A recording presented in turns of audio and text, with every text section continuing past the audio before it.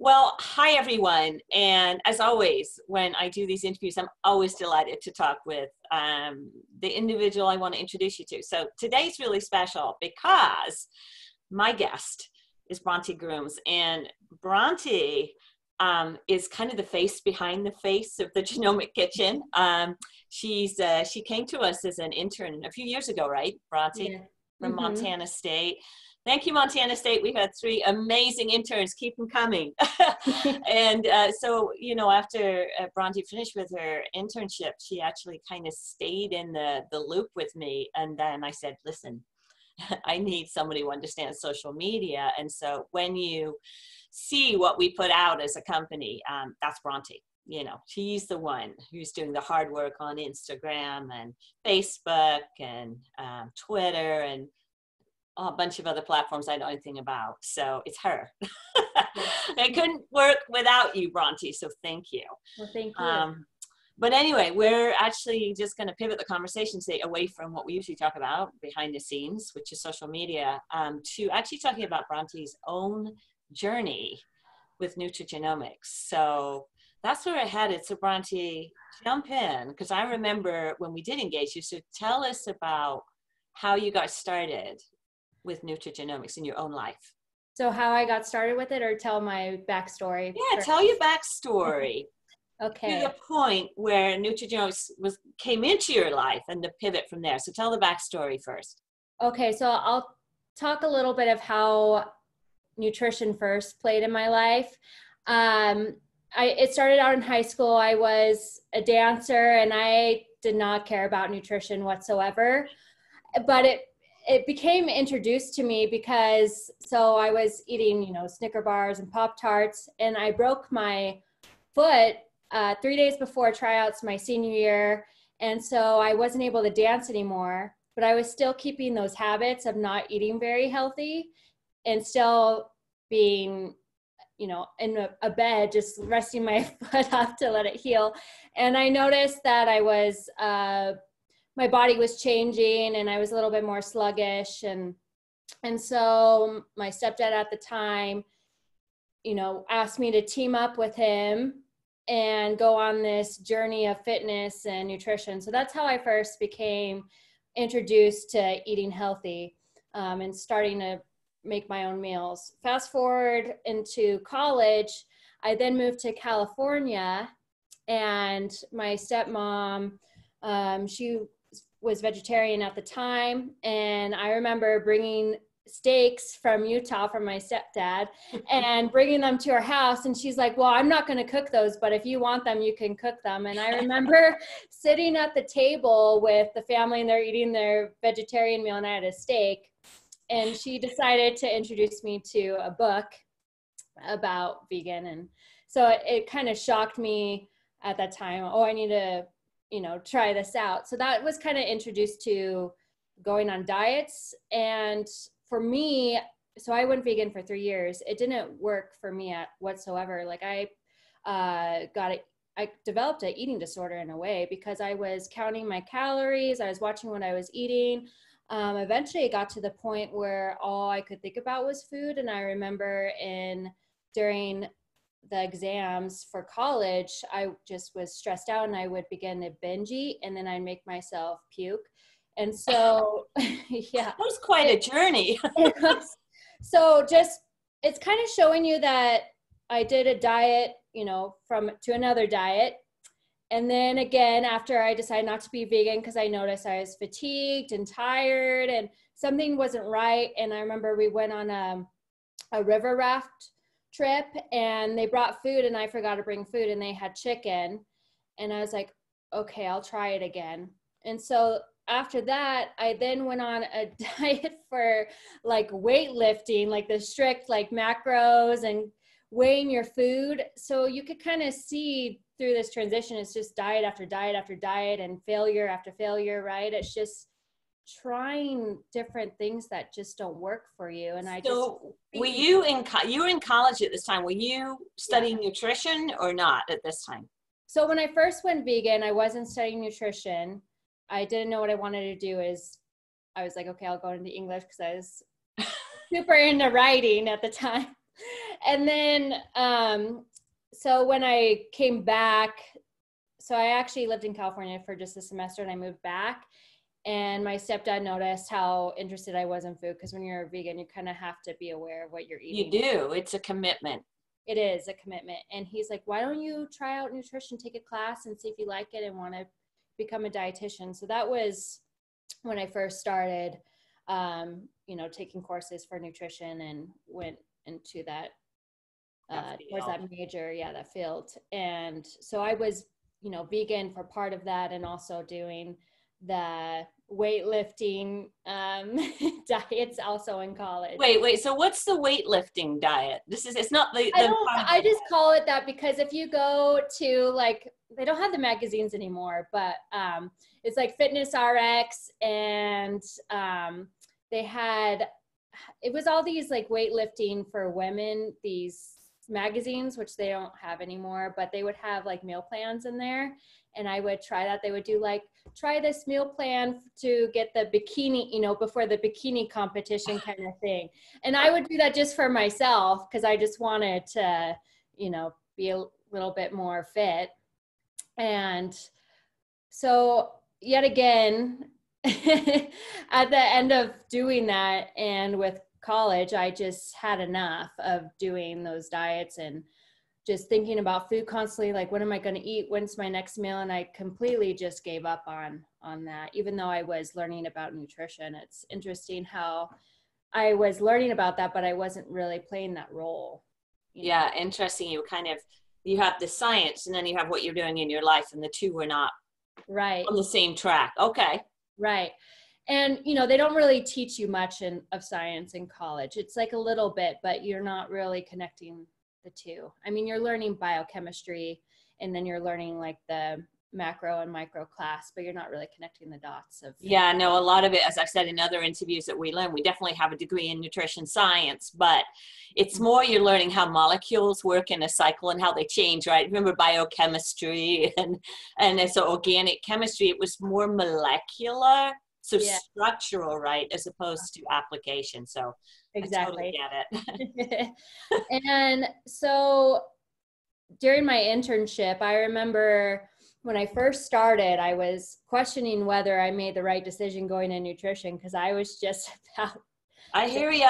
And so I didn't really have a connection with it. I thought, I'm constantly failing with diets. I'm not really having, I'm not connecting with nutrition whatsoever. And then thankfully, the Montana Dietech internship, they talked about different opportunities we could do for our own self-study, and you were one of them that came up. And I don't know why I was drawn to it. I can't remember at the time, but I just remember after, deciding to go through with you and doing my self-study with you, it finally had an aha moment. It finally clicked. This is what I connect with nutrition. This is how I can apply it to my life. And if you remember, I also injured my knee at the time, and I was going through a lot of inflammation and seeing that connection of how I could use food to help with that healing process. But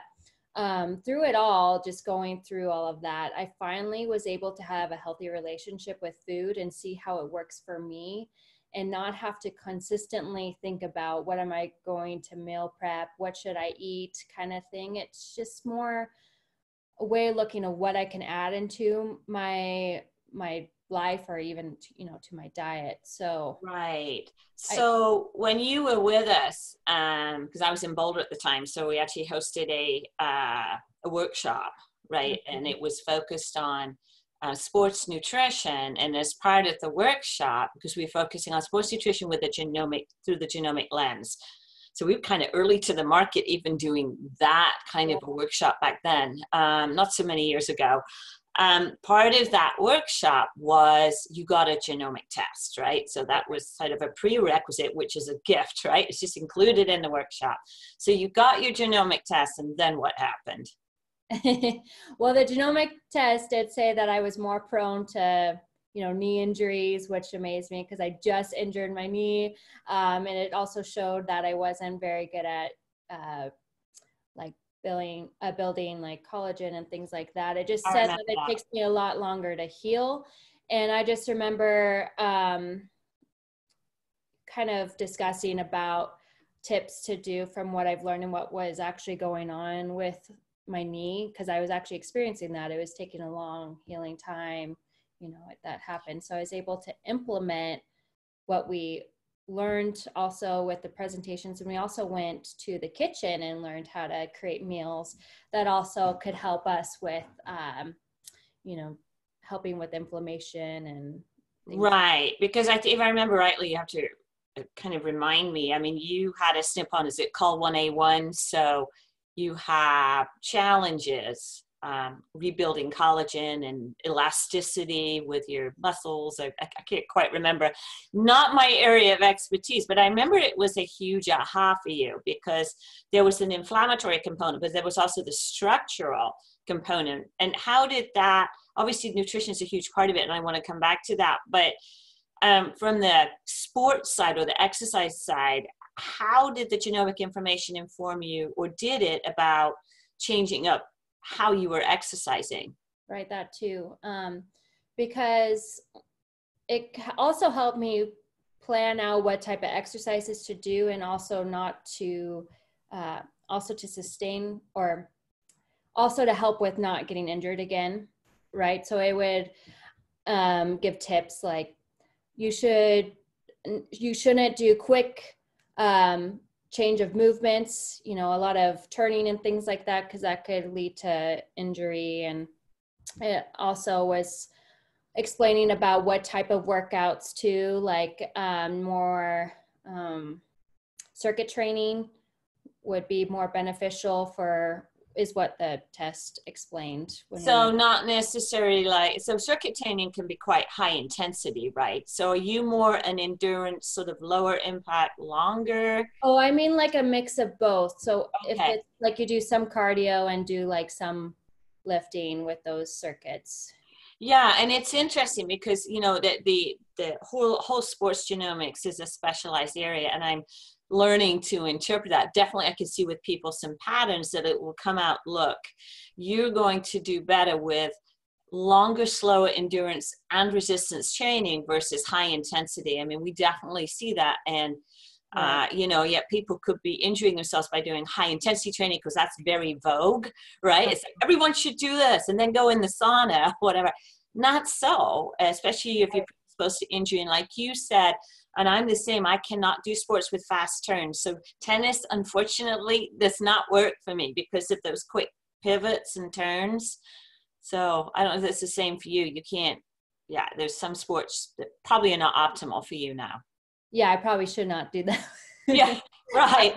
Coming from my dance background, it's hard for me not to, but. Totally. No, totally. I know. It's like, oh, well, I just wanted to sort of jump in because I've had, a couple of interviews now, and this is the third where I just want to talk about the power, and I know you appreciate it from your own life, of physical therapy. And restorative, there's restorative work for our biomechanics, and having gone through that, for a couple of years to tweak things, I am such a believer in physical therapy, and that I think that we should all have a physical therapy checkup every year. And I was reminded of this when I was interviewing Dr. Mary Jo Fishburne, actually yesterday, which is irrelevant if you're listening to the recording, but she will be one of the physicians you'll hear talk. And she reminded me that we, number one, we all have these movement patterns that maybe you'll tweak something and then your body adjusts, but it doesn't necessarily adjust back to the right biomechanics. So I'm like, oh, so true. So, and that's what I learned from my physical therapist, like where my weaknesses were.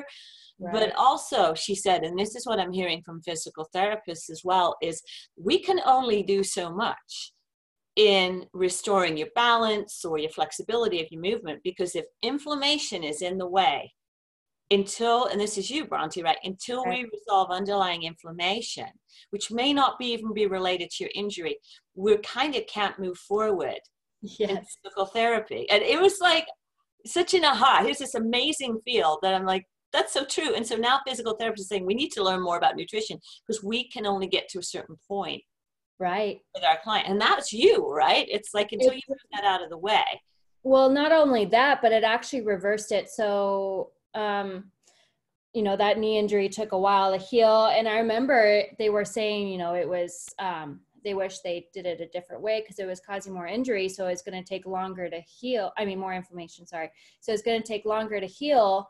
And even going through the physical therapy, it was taking me a bit longer than some people have gone through with an ACL reconstruction. So I was taking longer, but also I trail ran on it probably earlier than I was supposed to, and which caused probably more inflammation right in the area.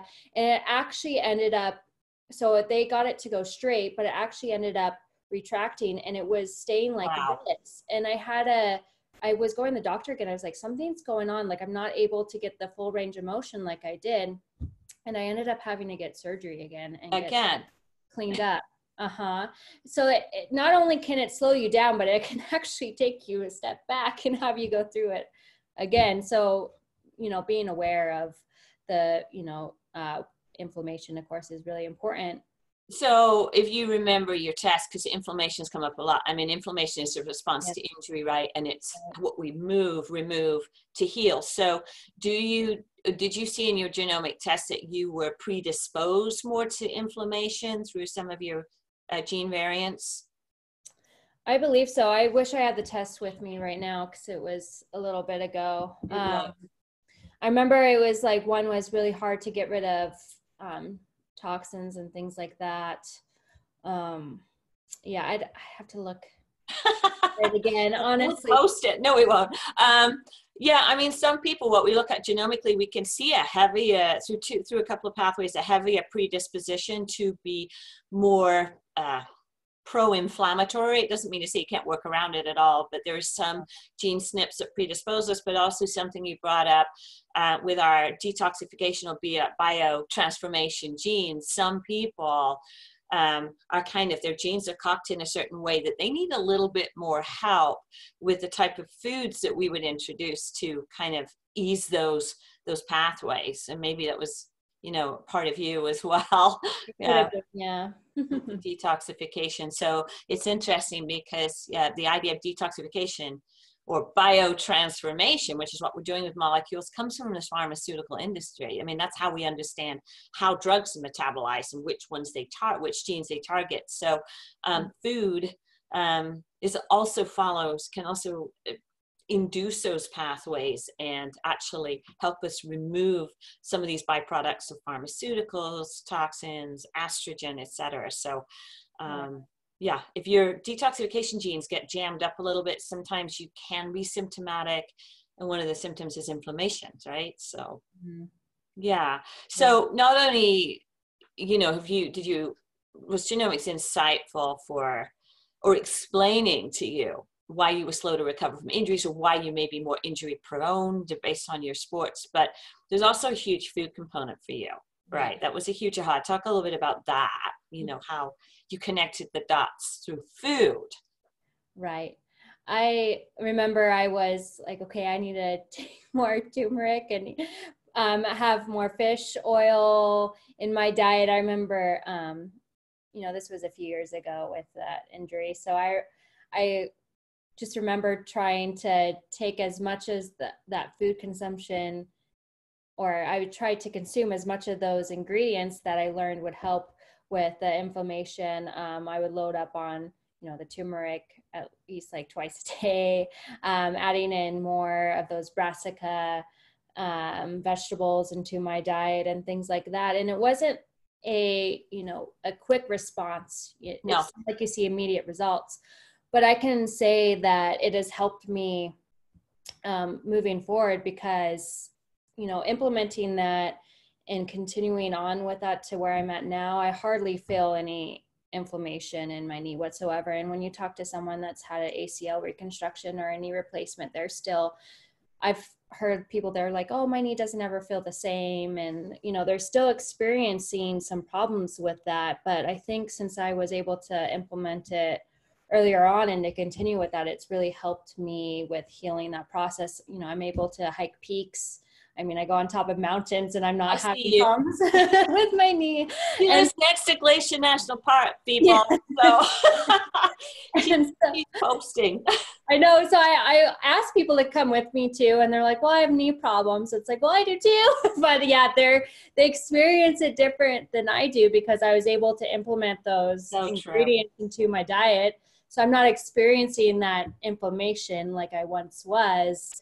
And it's not reoccurring. So I'm able to continue moving forward with my activities and lifestyle by just, making sure I'm implementing certain ingredients, especially, fish oil and brassicas, definitely cruciferous vegetables. I include as much as possible. And they're actually one of my favorite food items. Me too. Yeah. And Bronte's a really good cook, by the way. She does a lot of photography behind the scenes for us too. And quite a few of our recipe posts are Bronte. So whether she's done the photography or she's, pulling and doing roundups, she's really good at it. So you actually walk the walk and talk the talk and live the life as has been directed by knowing more about your biochemistry through genomics and then nutrigenomics. Right. Yeah, it's been very helpful, and it's finally a good relationship with food that's helped me transition, to be active and not have that pain and inflammation. It's been a wonderful experience and continue to move forward with it. Yeah, and I did not tell her to say that. This is this is Bronte talking from her heart, but it's great because you're young and you're an early adopter in nutrigenomics and you're spreading the word and you are your own best case study. So thank you so much, Bronte. Thank you.